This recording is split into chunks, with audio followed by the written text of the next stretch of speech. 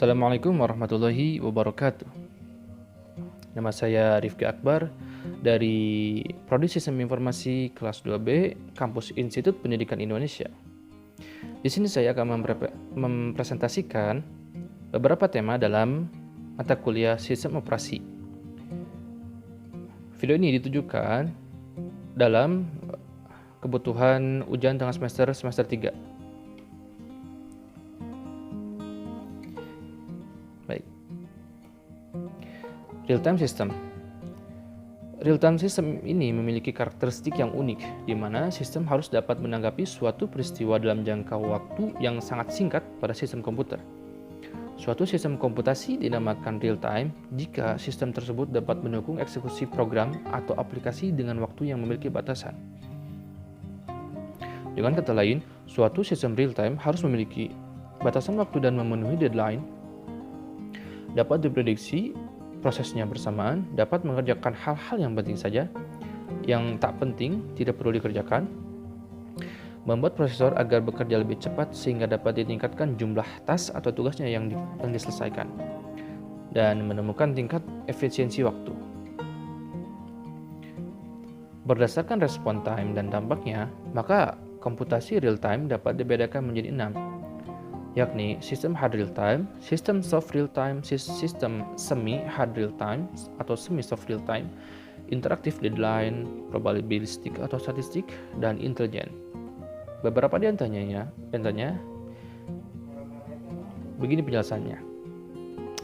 Sistem hard real time menjamin critical task dapat berjalan dengan menyelesaikan tepat pada waktunya. Sistem hard real time dibutuhkan untuk menyelesaikan critical task dan dengan jaminan waktu tertentu. Jika waktu kebutuhan tidak terpenuhi, maka aplikasi akan gagal. Contohnya dalam kehidupan sehari-hari adalah pada sistem pengontrol pesawat terbang. Dalam hal ini, keterlambatan sama sekali tak boleh terjadi, karena dapat berakibat tidak terkontrolnya pesawat terbang tersebut, karena berhubungan dengan nyawa manusia, yakni para penumpang di dalamnya. Lalu, sistem soft real time. Komputasi soft real time memiliki sedikit kelonggaran. Dalam sistem ini, proses yang kritis menerima prioritas lebih daripada yang lain. Contoh penerapan sistem ini dalam kehidupan sehari-hari adalah pada alat penjual atau pelayan otomatis. Jika mesinnya menggunakan sistem ini telah lama digunakan, maka mesin tersebut otomatis akan dapat mengalami penurunan kualitas. Interactive deadline atau waktu deadline-nya bisa ditawar. Pada sistem ini, waktu deadline-nya bisa ditawar. Artinya tidak secara mutlak pada titik tertentu, tetapi tergantung dari kesepakatan yang ditentukan dan bersifat fleksibel. Dan terakhir, yakni untuk probabilistik atau statistik.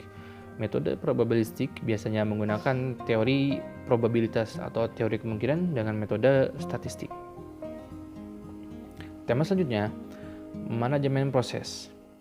Proses adalah suatu program yang sedang dieksekusi melalui perintah atau piranti masukan.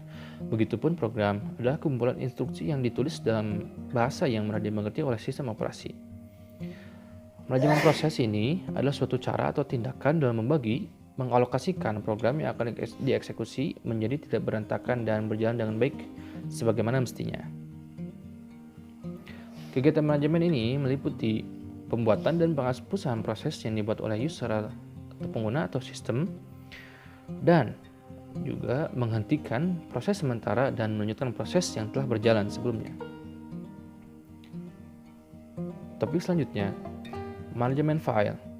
Manajemen file adalah sistem untuk mengatur file ke dalam folder di dalam komputer, serta menemukan, memindahkan, membuka, dan menyalin file yang ada. Sistem manajemen file menangani bagaimana file itu diatur, bukan hanya sekedar mengorganisir cara menyimpannya saja, tetapi juga digunakan untuk pemeliharaan atau pengaturan file. Dasar dari manajemen file adalah proses penamaan, penyimpanan, dan pengambilan file secara terorganisir. Fungsi sistem manajemen file adalah untuk meningkatkan keseluruhan fungsi kerja apapun secara efektif. Bila dilakukan secara efisien, manajemen file akan dapat menghemat waktu. Beberapa fungsi atau perintah dalam manajemen file ini. Antaranya, create file, yakni perintah untuk melakukan pembuatan file yang baru, yang belum berisikan data apapun. Lalu, delete file, yakni untuk menghapus file yang tak dibutuhkan lagi. Selanjutnya, open, yakni untuk membuka suatu file yang mana telah tersimpan di dalam suatu penyimpanan. Lalu, perintah close, yakni untuk menutup suatu file yang tengah terbuka yang sudah tak diperlukan lagi agar tidak membebani terhadap memori. Lalu terakhir yakni rename, yakni melakukan pengubahan kepada nama file. Yakni topik terakhir ini, manajemen input-output. Manajemen yang nantinya akan kita singkat menjadi manajemen I/O, yakni adalah sarana user untuk bisa berkomunikasi dengan komputer. Contoh perangkat I/O yakni seperti keyboard, mouse, audio controller, dan sebagainya. Manajemen input-output pun diperlukan agar user dapat langsung menggunakan perangkat input-output tanpa harus menginisialisasinya terlebih dahulu. Fungsi manajemen input-output di antaranya mengirim perintah ke perangkat input-output agar menyediakan layanan, menangani interupsi perangkat input-output, menangani kesalahan perangkat input-output, dan menyediakan interface kepada pengguna atau pemakai.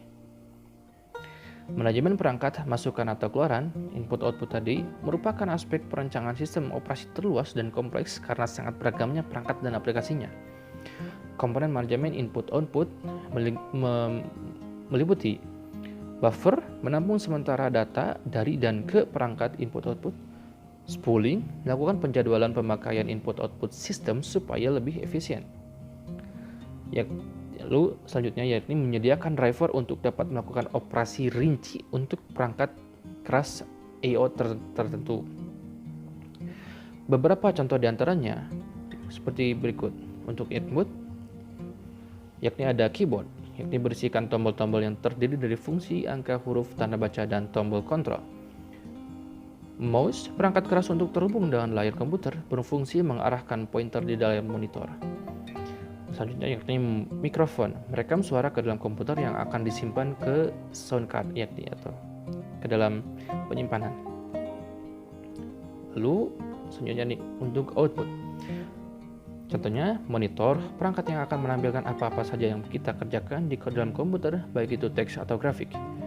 Lalu printer, perangkat keras yang mencetak hasil inputan berupa image atau teks pada secari kertas yang telah dibubuhkan warna ataupun dengan tinta. Selanjutnya terakhir adalah speaker, yakni perangkat yang mengeluarkan data berupa suara. Nah, sekian daripada apa yang bisa saya sampaikan. Semoga dapat dipahami. Mohon maaf apabila banyak kesalahan dalam tutur kata dan cara penyampaiannya. Sekian dari saya, semoga bermanfaat. Assalamualaikum warahmatullahi wabarakatuh.